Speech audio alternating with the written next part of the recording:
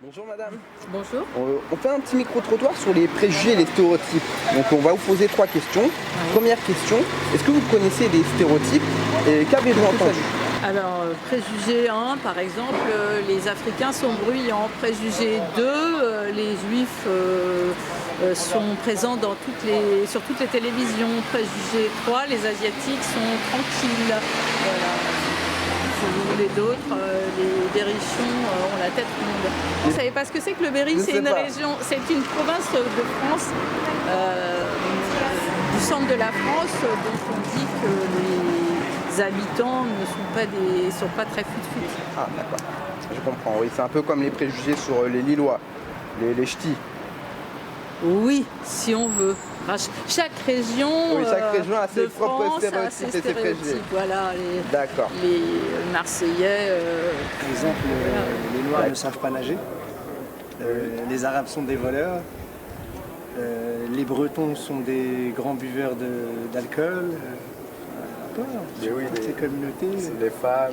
Sur les femmes ne savent pas conduire. Quoi d'autre? Les hommes ne savent pas faire la cuisine.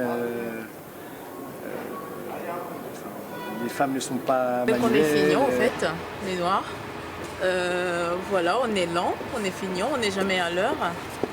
Et puis voilà. Sur les autres, qu'est-ce que vous connaissez? Qu'avez-vous entendu par exemple? Il faudra faire une longue liste quand même. Les Juifs aiment l'argent, les Arabes sont des voleurs. Comme je l'ai dit tantôt, les Noirs sont fignants. Les Chinois. Que ce soit des préjugés sur les ethnies, sur les pays, sur les professions. Sur le genre aussi. Sur le genre, on en est malheureusement rempli. Voilà, après, je pense qu'on en a tous plus ou moins. Ça va toujours, de toute façon, sur ce qu'on ne connaît pas, on a toujours un préjugé sur ce qu'on ne connaît pas, et d'autant plus quand c'est des groupes d'humains qui sont... Les Arabes sont des voleurs. Ce préjugé revient souvent, oui. Voilà. Alors les blondes sont connes. Hein, mais ça c'est un stéréotype erroné parce qu'en fait cette histoire elle vient de beaucoup plus loin. Les Américains à une certaine époque, pour parler des Noirs, ils les appelaient les blondes. Ouais, c'était comme ça qu'ils racontaient les blagues. Donc les blagues sur les blondes, les gens ne connaissent pas l'origine, mais en fait c'était hyper raciste. De manière générale, un préjugé par exemple sur les Arabes qui dit que quand il y a une affaire qui concerne un vol ou un casse, on a souvent tendance à les repérer eux. Enfin, le préjugé le plus stupide possible. Préjugé débile aussi, je sais pas, par exemple que les Renois ils mangent du poulet. Oui. Qu'est-ce que je peux avoir d'autre en tête? Que les Feuges ils sont riches et qu'ils vivent en communauté et ils n'essaient pas de communiquer ou de s'ouvrir aux autres Alors communautés. les stéréotypes, ce que c'est, les stéréotypes c'est des a priori qu'on a sur les gens, hein. C'est ça les stéréotypes, on se fait des idées. Des idées en général qui ne correspondent pas à la réalité, la plupart du temps. Et c'est ce qui nous emmène après à des préjugés, comme tu dis. Voilà. Donc Et des jugements faussés. voilà, des exemples par exemple. Oh, il y en a plein, hein. Il y en a plein. Tu sais, les Noirs, ça sent, ça pue, les Juifs, ils sont riches, les rebelles des assassins. Ça, on n'en manque pas de préjugés, hein. Ouais. On n'en manque pas. Donc ouais, c'est l'origine et la religion aussi, ça, voilà. Je pense, ouais, que c'est, bien sûr, ça joue. Les cultures, dès qu'elles sont différentes des autres, Ouais, c'est là où ça amène des préjugés, la différence. D'accord. On le voit sur la manière de voter de certaines villes qui vont voter Front National en ayant une peur de l'étranger, alors que quand on se balade dans le village, il n'y a que des personnes blanches. Et donc on se dit de quoi ils ont peur? Ils ont forcément peur de ce qu'ils ne connaissent pas. Mais du coup ça a quand même une grosse incidence parce que ça véhicule après, ça continue de véhiculer des choses qui séparent les gens. Parce que la plupart du temps, on ne regarde pas les gens, la personne, mais on voit un ensemble et c'est logique. À force, au lieu de regarder l'individu, on le voit comme un représentant, entre guillemets, d'une certaine communauté. D'accord. Et L'inégalité entre un homme et une femme dans une société, dans l'entreprise par exemple. Par exemple, le salaire d'une femme est plus bas qu'un salaire d'un homme si par exemple ils sont cadres ou ils ont le même poste. Le salaire d'un homme sera toujours élevé de. et c'est quoi les conséquences de ces préjugés dans la vie de tous les jours, par exemple? Ben, comment dirais-je, un mauvais état de la société, intellectuel, et des fois on rentre même dans les actes. Ce n'est plus que de la conscience.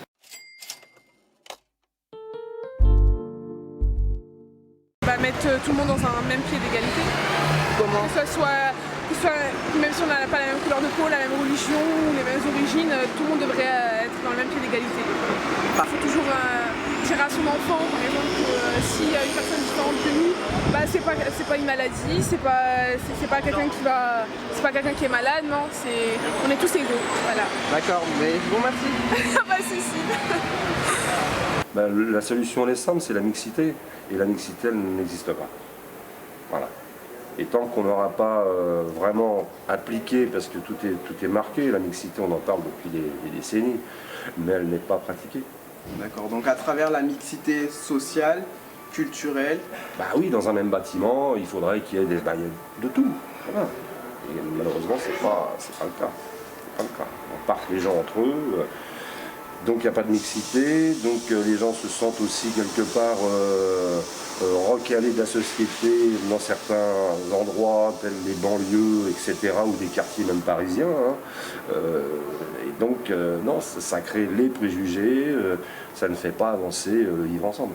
D'accord, donc la mixité, on le retient comme solution. Bah, c'est la solution, je pense. Je pense aussi, merci beaucoup. Regarde. C'est bien. La seule issue que je vois, c'est le fait que les gens se rencontrent plus facilement, se côtoient et, vivent le plus possible ensemble, les uns à côté des autres éventuellement, mais en se rencontrant. C'est-à-dire qu'il y ait des interfaces. D'accord, je vous remercie. Voilà. Comme on dit, dans une chambre ou dans une pièce, quand la lumière est éteinte, le moindre bruit, on en a peur.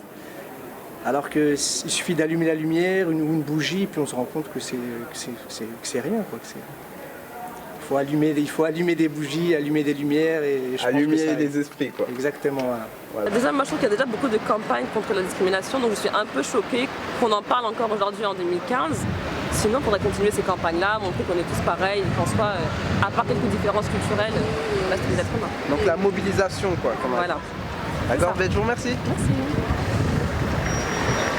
Et je pense qu'il faut aller à la recherche de l'autre, connaître l'autre. Je pense que c'est vraiment important pour pouvoir vivre ensemble.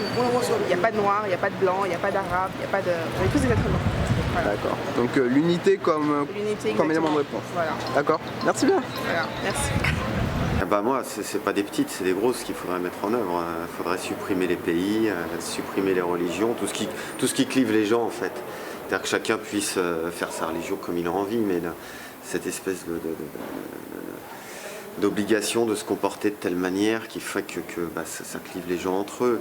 Mais sinon, d'une manière plus réaliste, déjà mettre beaucoup plus d'argent sur l'éducation et la culture qui permettent justement de connaître les autres, et de connaître, voilà, et puis d'arrêter de subventionner par exemple les écoles privées de manière à ce qu'on ait une vraie école publique en France qui soit la vraie école de la République et la vraie école de la société.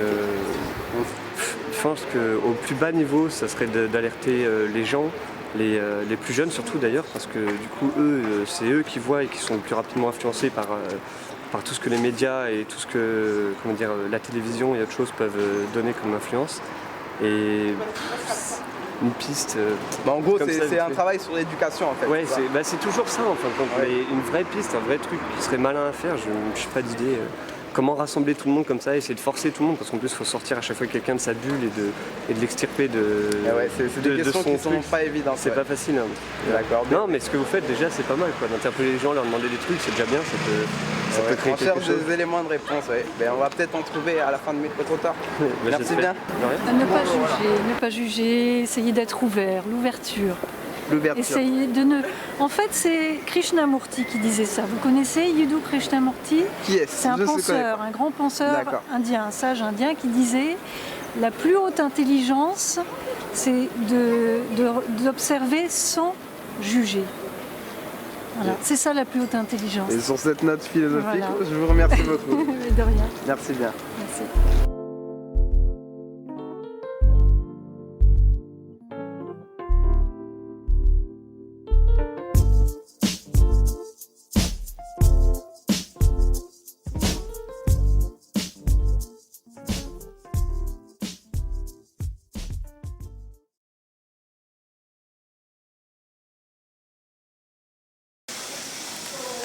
National ou international on va essayer de ramener des profs d'université, des acteurs de la vie associative, des femmes, des personnes dans situation de handicap, voilà, des seniors.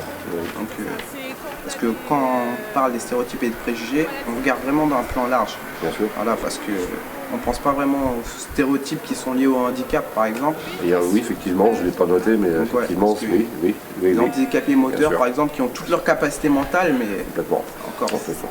Voilà.